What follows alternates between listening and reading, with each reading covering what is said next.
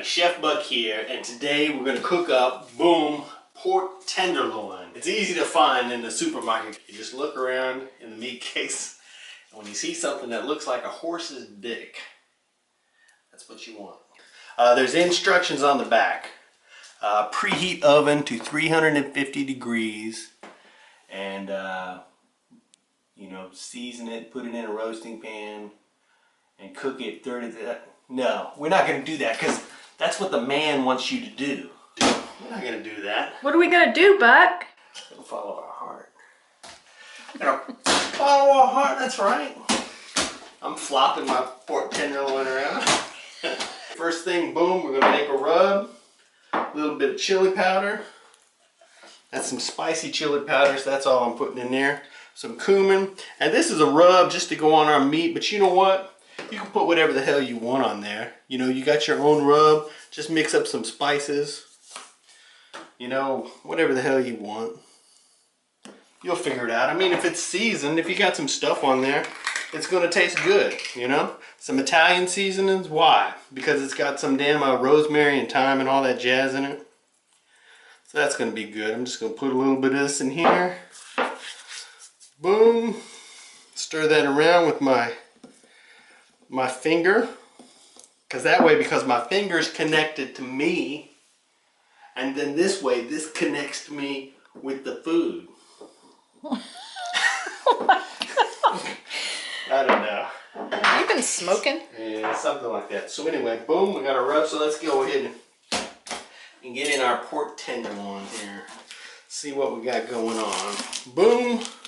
And I love this cut of meat because it is a soft, tender, luscious, juicy, beautiful.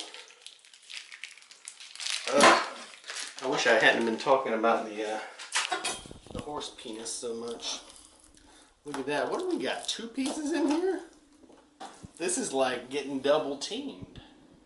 Oh, Lord. There's a little bit of skin on here we want to get off. Like there's some fat. These things are pretty well trimmed, but you do want to get this silver skin off of here. See this little skin here? The skin that's on the outside? You don't want to cook it with this here because that's going to be a mouthful of chewy stuff if you leave that on there. Because it will not cook down. It will not cook away like fat. Okay, how does that look, camera girl? Purdy. Alright, so we're going to take some oil. We're going to oil our meat up a little bit here. Boom. We're going to get it lubed up. Yeah, we're going to keep going with the penis theme. So we're going to take our rub here. Boom, boom, boom. Rub it up. Spread these spices around. Get those flavor flaves working. Flavor flav! And now we're going to turn our skillet on medium high. Boom. Throw in some more oil in there. We're going to let that heat up. And I've already got my oven heating. I'm preheating my oven at 425 degrees because we're going to sear it up top here, and then boom, we're going to send it downstairs into the oven. But our oil is hot, so we're going to throw our hoopty-hoo in here. You hear that sizzle the moment it hits the pan. That's good. Because our skillet's hot, hot, hot. Alrighty, boom. So we got our meat searing. You know, you want to sear your tenderloin, seal those flavors in there, get that nice little crust on there. We're going to let it go for like 3 or 4 minutes. You know, and then we're going to turn it over. And this skillet here is good for the stovetop, but it's also an oven ready skillet too, so I'm not using up a lot of junky pans. But ideally, you're going to have a nice big heavy oven safe skillet to do this in. How long has it been, camera girl? Well, I got a timer on the camera. Huh? I got a timer in my heart. Unless it's the middle of the night. And then I got a timer in my bladder. What? Alright, so it's sizzling away. We've had it going for a few minutes. Now we're going to go ahead and flip her over on the other side. Boom. We've got a boondaboss here. And the thing is, you know, you want to cook it, you want to sear it, and then we're cooking it on a high temperature. We're going to cook it at 425, you know, for maybe just 20 or 25 minutes because it's a lot of meat. Let's see. But I've already flipped it and I'm searing the other side, so I'm going to go ahead and throw some onion in here. Because I like onion. And I like the onion to cook with it, and that's also going to release some moisture. It's going to keep it moist, and that way I'll be able to use this onion later on for my side dish. But I'm going to throw a little extra olive oil in there too. For those onions,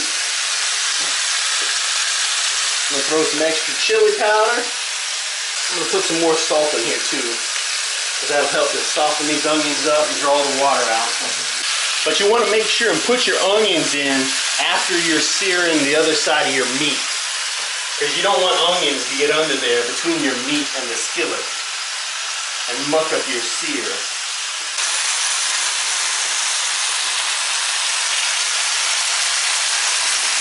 Alright, so we've seared it about 3 minutes on each side, maybe about 4 minutes on the bottom.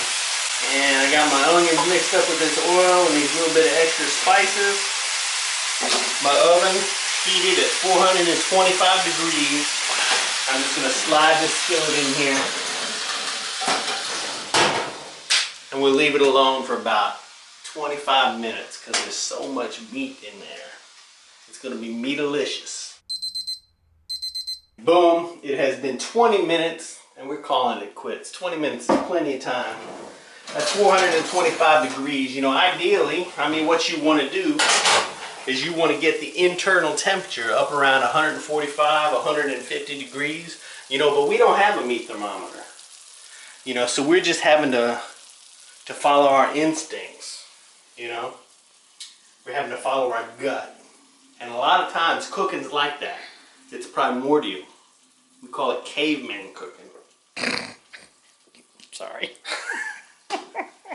But that sucker's still hotter than hot. Go ahead and get it out of here. And let this sucker rest.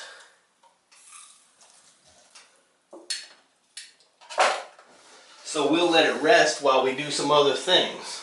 Alrighty, so we got our onions cooking down here. So I'm going to throw me some garlic in here. Throw me a little bit of hot pepper.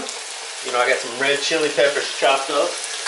But you know, you can use whatever you like. Jalapenos, some red pepper flakes. You know, it's got all that great pork loin flavor in there. You know, the juices from the pork loin plus the onion's been cooking down after they've been roasting in the oven a little bit. Now we're throwing that garlic in there and that hot pepper. And boom, I already opened me up a can of pinto beans. You know, because you know this is going to go with our pork loin. And I got those rinsed and drained. I'm going to throw that in there. See, you know what this needs? This needs a little wine. Now you can use whatever kind of wine you like. You know, we just happen to have this box of Moscato. Ooh, extra sweet. You know, which isn't the kind that I like, but Camera Girl likes this because it's delightfully sweet.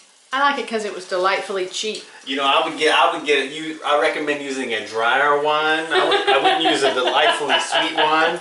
But you know, this just happens to be the box that we have.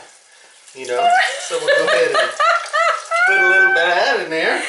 Oh my lord! Yeah, we're getting all fancy pants. Let it cook with this wine. You know, get it bubbling and let that wine cook off a little bit.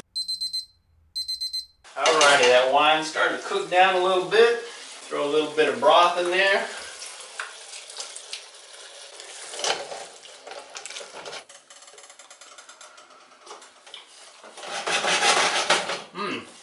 I already threw some spices and oils and salt and pepper and all that in there with the onions when I was cooking with the meat.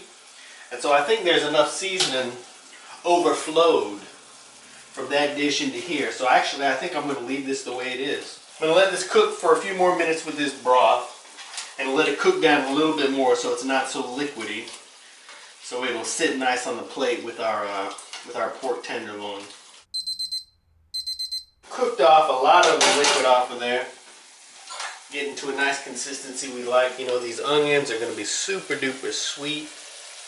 You know, great consistency. The beans are going to give it a nice hearty texture. This is going to be a great side dish. Just going to throw a little bit of fresh parsley in there to give it a little bit of color. And fresh parsley's all, you know, I like that taste. You know, parsley's kind of underrated. But man, you just throw a little bit of parsley in there, and now it looks all fancy pants fantastico. It kind of looked bland before, with just the dull color of the onions and the beans. But adding that parsley transforms it into something a beauty queen would eat. Could you use cilantro? You know, you could use cilantro, but I don't want to go for that flavor. You know, we're kind of going for something a little less exotic. You know, we eat enough cilantro. Sure, but you can use anything you like. You know, I'm throwing the parsley in there because parsley is what we got. And I think it's a good pairing. Alrighty, so this here has been sitting for about 10 minutes. So we'll go ahead and cut in here and see what we got going on. Boom. Looks kind of perfecto. Still nice and hot in there.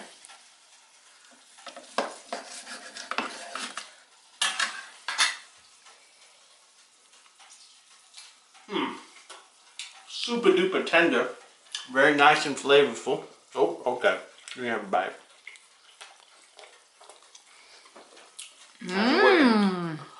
Alrighty. Muy fantastico. So we're going to slice our meat. And we let it rest. You know, because you got to let it rest. Otherwise your juices are going to flow all over the place. Super duper tender, man. That's fantastico. Alrighty, so I think this is going to be a pretty good side. Okay, I got some homemade dressing and greens. Alright, so there you have it. You know, if pork tenderloin's on sale, you know, in your grocery store, go ahead and pick one up. Give this recipe a try. Let us know what you think. And bon appetit. This is so moist, man. I'm glad I didn't let it cook any longer. Because pork tenderloin is so awesome and juicy. You know, that's the one thing you don't want to do. You don't want to leave it in the oven too long and dry it out. You know, so be conservative. No, don't be conservative. Well, be liberal. I don't know. Don't cook it too long. If you want to print this recipe, go to myfoodchannel.com. You know, I'll have the recipe written out down in the description below. But if you want to print it out, or any of the recipes on my channel, go to myfoodchannel.com. You know, thanks for watching, and that's it, right? You have a link to myfoodchannel.com. Yeah, there's a link down there. It's all scientific down below. All right, thanks.